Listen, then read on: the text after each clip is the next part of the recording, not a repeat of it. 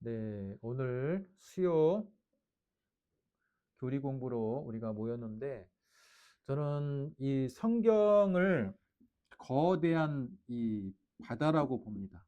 바다라고 보는데, 성경이라는 거대한 바다 속에 여러분 배가 있어요.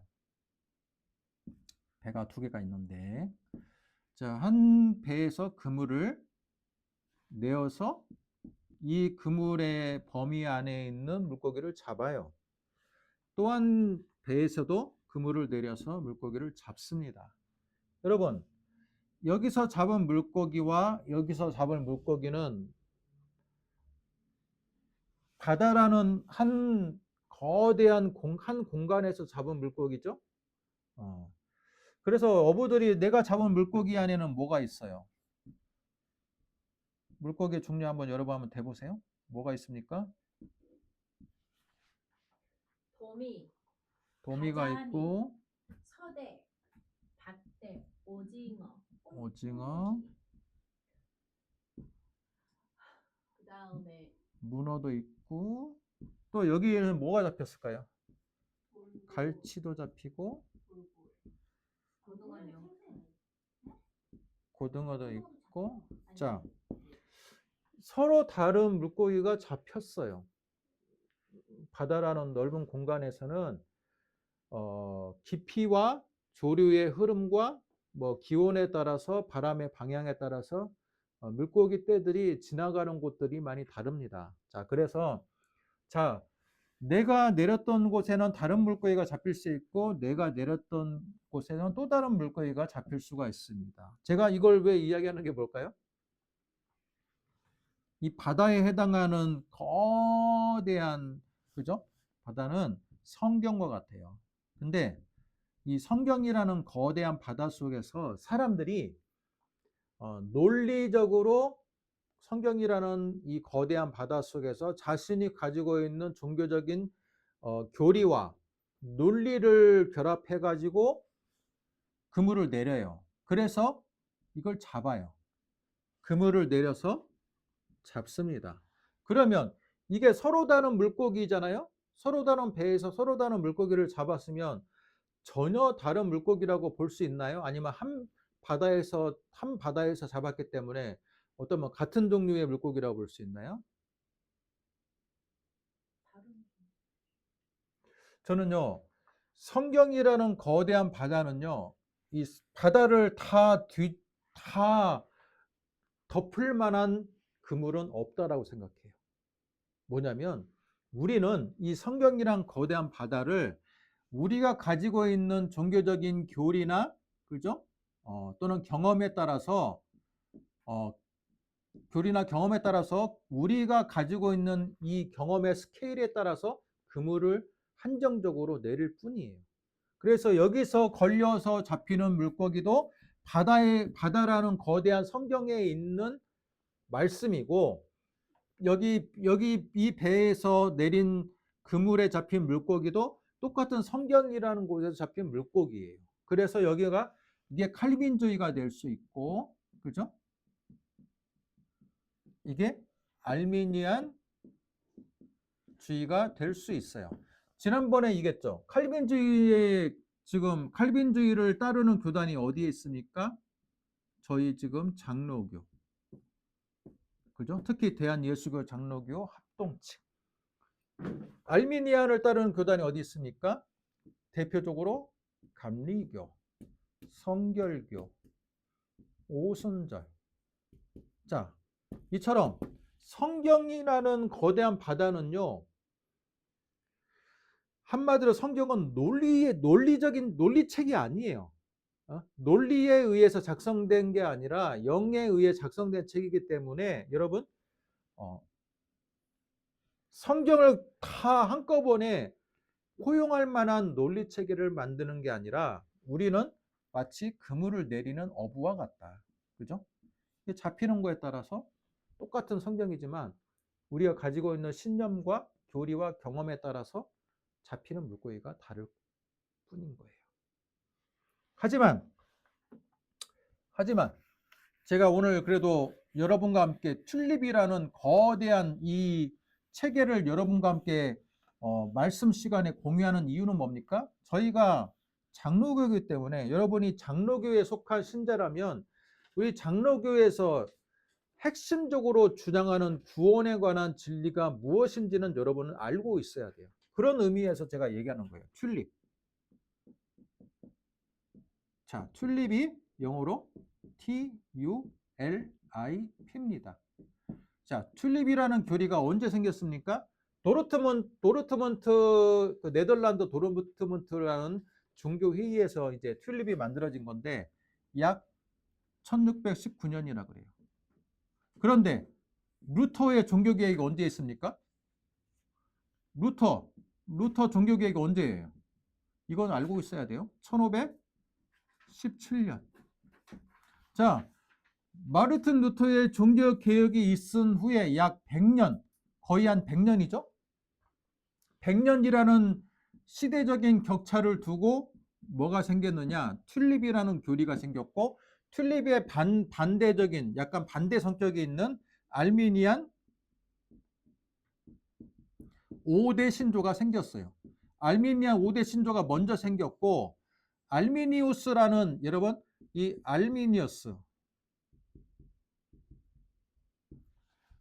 알미니우스라는 네덜란드 신학자가 죽고 나서 그의 제자들이 이 알미니우스라는 신학자의 교리를 5대 신조로 만든 거예요. 근데 이 신조가 정통 장로교, 칼빈주의를 따르는 입장에서 그게 너무 아니다 싶어서 그들이 이 알미니안 5대 신조에 이 대응하기 위해서 만든 게 튤립이에요. 튤립. 이게 그러니까 뭐예요? 종교개혁이 있은 지 약 100년 후에 있었던 일이고 실제로 튤립이 칼빈주의를 대표하는 구원의 진리지만 어때요? 칼빈이 만든 게 아니라는 거. 칼빈이 만든 게 아니에요. 칼빈을 따르는 청교도들이 100년 후에 알미니안의 5대 신조에 대응하기 위해서 튤립을 만들었어요. 자, 그러면 알미니안을 대표하는 이 알미니안주의를 대항하기 위해서 만든 튤립이 제일 먼저가 T가 뭡니까? 토탈 디프레버티. 전적 타락. 전적인 타락. 인간을 어떤 존재로 봐요? 인간은 선한 게 하나도 없다. 그러면 알미니안주의는 이거하고 반대되니까 뭐예요? 알미니안주의는 뭐를 이야기해요? 그죠? 부분 타락. 아니다. 인간한테 의지적인 부분도 또는 지적인 부분도 선한 부분이 있다.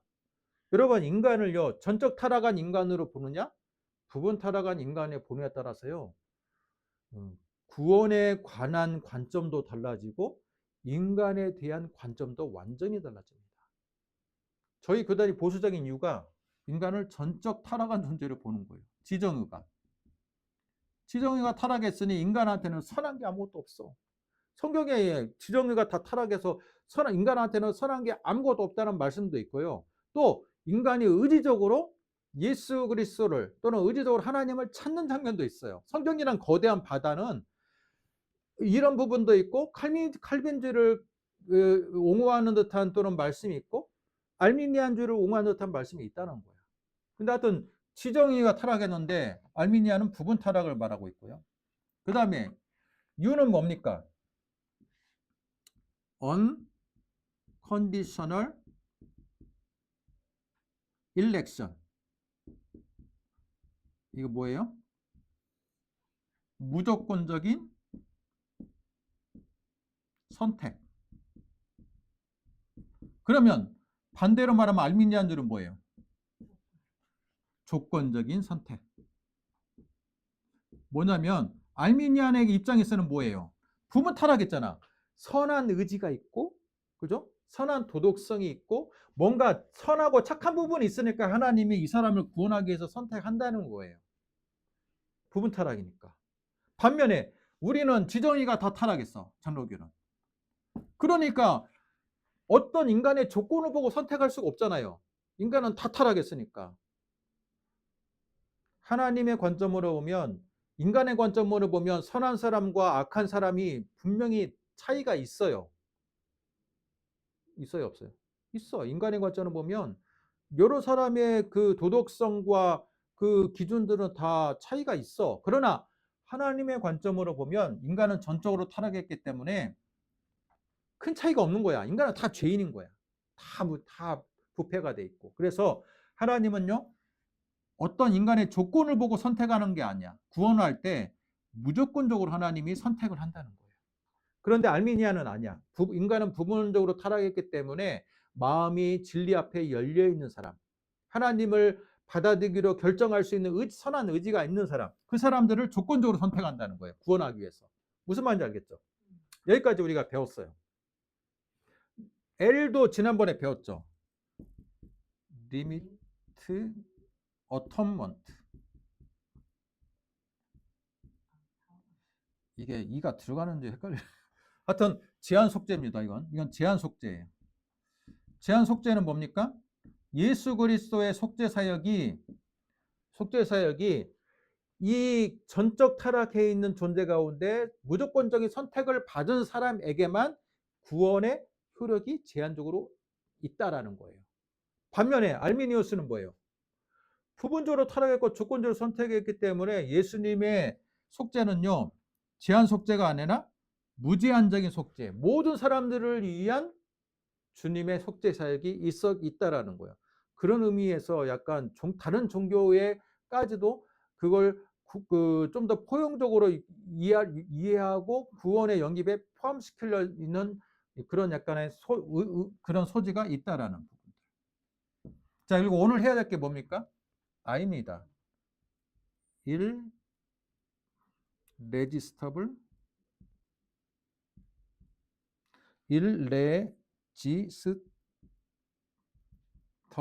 grace. 이거 뭡니까? 이걸 빼면 resistible, 저항할 수 있는 은혜. 근데 IR이 붙으면 뭡니까? 저항할 수 없는 은혜. 예수 그리스도의 이 구원의 사역에 인간은 저항할 수 있다 없다? 저항할 수 있다 없다? 저항할 수 없다. 여러분, 이게 우리 옛날에 시계 태엽, 궤종시계 기억합니까? 딱 그 안에 보면 태엽이 감겨져 있고 그 톱니바퀴가 서로 맞물려 있잖아요. 이게 꼭 그런 거예요. 이게 전적 타락을 지지하게 되면요, 당연히 이런 결과가 나와요. 저항할 수 없잖아요. 인간은 전적으로 타락해 있는데 예수 그리스도의 은혜에 대해서 인간은 저항할 수 있어 없어? 다 타락했으니까 저항할 수 없어.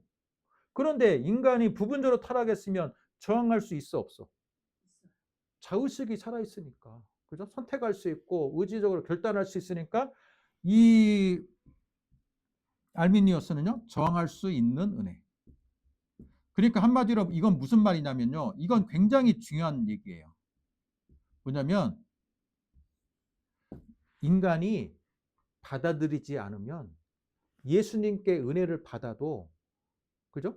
예수님의 복음이 내 마음에 들어와도 인간이 저항할 수 있으면, 구원을 받아들이지 않기로 마음을 닫으면 이 사람에게 구원의 효력이 생긴다 안 생긴다? 이 관점에 의하면 구원의 효력이 생길 수가 없어. 인간 편에서의 동의가 있어야 된다는 거예요. 여러분, 성화 보면요, 예수님이 문 앞에서 이렇게 두드리고 있는 장면, 여러분 성화 기억하십니까? 어떤 문 앞에 있고 문을 그 있잖아요. 그거야. 예수님께서 지금 구원에 대한 콜링이 왔어. 콜링이 왔는데 알미니안수는요, 알미니안 주의는 뭐냐면 예수님이 내 문 앞에 와서 내 마음 문을 열고 들어오려고 지금 기다리고 있어. 그런데 내가 마음 문을 열기로 작정하지 않고 닫아놓은 상태면 구원을 받을 수 있다 없다? 없어. 왜? 인간이 자유의지로 내 마음 문을 열기로 작정을 해야 돼. 그런데 칼빈주의는 어때요? 예수님이 내 문 앞에 와 있으면요, 내가 이걸 마음문을 내가 열 수 있는, 인간은 전적으로 타락한 존재이기 때문에 내 스스로도 마음문을 내 마음대로 열 수 있는 존재가 아니야. 예수님이 그냥 들어오는 거야. 무슨 차이인지 알겠죠? 이거예요. 여러분이 조금 전에 지금 장명 사모가 이 얘기했어요. 이게 맞는 것 같은데? 우리가 얼마든지 구원의 은혜가 와도 내가 마음문을 열지 않을 수도 있잖아. 그죠? 그래서 우리가 마음을 어. 열게 도와달라고 그렇게 기도하고 그래요. 있잖아요. 그러니까 제가 여러분에게 말씀드린 것은 뭐냐면, 여러분, 이게 맞고 이게 틀리다는 얘기가 아니야. 다만 우리의 신앙의 칼라가 그동안, 그죠? 칼빈주의라고 해가지고 튤립을 우리가 엄격한 튤립적인 구원의 세계관을 가지고 우리는 신앙생활을 하지 않았다라는 거예요. 그죠? 제가 장로교 때문에 튤립으로 다시 돌아갑시다라고 제가 말하는 게 아니라는 거예요. 지금 이게 1619년이면 지금 몇 년이 지난 거예요. 지금 우리 시대와 400년이라는 엄청난 시간적인 갭이 있는데, 이 400년 동안 여러분 신학이 얼마나 발전했고 성경 해석학이 얼마나 많이 발전했습니까? 그죠? 다만 청교도의 기본적인 교리, 구원에 가는 교리가 되는 튤립에 대해서 우리가 알아보자는 뜻이야. 알아보자는 뜻. 얼마든지 여러분이 정할 수 있는 은혜의 관점으로 구원을 그렇게 여러분 접근할 수도 있어요. 나도 그렇게 생각하는 부분도 꽤나 많아. 예수님께서 내 문 앞에 그죠? 은혜로 와 있지만 인간이 그거에 대해서 마음으로 완전하게 받아들이고, 그죠? 그거에 대해서 완전히 오픈을 할 때 구원의 은혜가 더 오는 것은 상식적으로 그게 더 맞지 않을까요? 그렇게 생각을 해요. 근데 어쨌든 여러분, 중요한 것은 인간을 전적 타락한 존재로 보는 순간에 여러분 이게 중요해요. 가장 먼저 여기 앞에 보세요. 여기. 내가 볼 때는 튤립 중에 가장 중요한 것은 인간을 어떤 존재로 볼 거냐가 가장 중요해. 맨 첫 번째, 인간을 전적으로 타락한 존재로 볼 거냐? 아니다. 인간의 의지적인 부분 중에서 또는 지적인 부분에서 어떠한 부분만큼은 선한 부분이 있을 수 있다라고 보느냐, 인간을 어떤 존재를 보느냐에 따라서 나머지가 마치 시계 그 안에 있는 오래된 그 시계의 태엽바퀴처럼, 그죠? 톱니바퀴처럼 이게 연결이 된다는 거예요. 연결이. 그러다 보니까 무조건적인 선택. 인간은요, 전적 타락하면요, 내가 어떤 조건으로 선택받을 수 있는 가능성이 0%가 되는 거예요. 근데 그나마 부분적으로 타락하면 예수님께 어떤 조건을 예수님이 우리가 마음문에 들어가더라도 그나마 좀 선한 애가 있고, 그죠? 마음이 좀 오픈되어 있는 사람한테 이렇게 선택을 받을 수 있는 거 아니냐, 이런 식으로 이제 이 진리가 흘러가게 되는 거예요. 근데 이건 다 뭐다? 제가 처음에 이야기했던 것처럼 똑같은 성경이라는 바다 속에 내가 어떤 교리적인 그물을 내리느냐에 따라서 잡히는 게 다르다는 거예요. 잡히다는 게 다르다는 거. 어려워요? 네. 이거 뭐가 어려워요? 응? 이거 뭐가 그게 어려워요? 아니라 배우면 배울수록 어. 내가 하는 게 맞나 뭐 이런 게 저는요, 이게 400년이나 갭이 있기 때문에요, 여러분, 우리 장로교락에서 이걸 튤립을 그대로 따르지 않아요. 저는 그냥 정할 수 있는 은혜에 대해서는 여기 알미니안의 손을 들어주고 싶어. 솔직히. 그죠? 그죠? 정할 수 있어요. 인간이, 우리가, 우리 이런 체험이 있어요. 제가 그 옛날에 고향교회에서 어떤 사람이, 예수를 안 믿다가 그 유명한 부흥 강사가 온다 해가지고 그 부흥회를 초대를 받았어. 근데 갑자기 갔는데 자기도 예수가 뭔지도 모르고 성경도 뭔지도 모르고 그러다가 은혜를 받았어. 은혜를 받아가지고 막 방언이 터지고, 여러분, 막 갑자기 막 방언뿐만 아니라 갑자기 문사가 막 나오고 그러면서 이제 이 사람이 교회를 다니기 시작하는 거야. 아, 하나님께서 계시구나 라고 해가지고 그게 은혜를 체험하고 나서 교회를 다녔어. 그런데 그 사람이 나중에 어떻게 된지 아세요? 또 안 돼. 시험 들어가지고 안 다녔어. 그러면 이거 뭐예요? 우리 여기 튤립에 의하면 어때요? 그런 은혜가 오면요, 그죠? 저항할 수 없는 은혜잖아. 은혜 한번 들어오면, 예수를 믿으면 내 스스로 거부를 할 수가 없어, 신앙을. 그러나 우리 현실에서 그런 경우를 많이 봅니까, 안 봅니까? 은혜는 한때 받았으나 시험에 들어가지고, 예, 우리 안에 있는 또는 여러 가지의 그 외부적인 환경에 의해서, 예수님의 비유 중에 뭐가 있어요? 돌짝밭이 있고 가시밭이 있고, 그죠? 그런 외부적인 환경과 내 안에 있는 그 연약함의 요소 때문에 은혜를 받아서 복음을 받아들였으나 얼마든지 내 안에 저항이 있어요, 없어요? 저항할 수 있는 은혜가 있잖아요. 그런 경우를 우리가 워낙 우리 현실에서 많이 보잖아요. 그죠? 그래서 알미니안주의를 우리는 이단이라고 보는 게 아니야. 그냥 우리 정통 장로교하고는 그 옆에 있는 교단일 뿐인 거예요. 그러니까 얼마든지 저항할 수 있죠. 네네. 하여튼 교수님. 그래서 여러분 네. 오늘은 제가 그래서 irresistible grace 저항할 수 없는 은혜가 있고 알미니안주의는 저항할 수 있는 은혜가 있다라는 것을 기억하시고 다음 주에 제일 마지막으로 자 이제 마지막으로 남은 게 뭐가 있어? P perseverance of saint 이게 뭡니까? 성도의 견인에 대해서 제가 이제 마지막으로 결론을 내드리겠습니다. 성도의 견인은 굉장히 중요한 거예요. 성도의 견인이 이 토탈 디프레버티 이 전적 타락이 가장 중요하다겠는데 그 중에 또 마지막으로 중요한 게 성도의 견인이에요.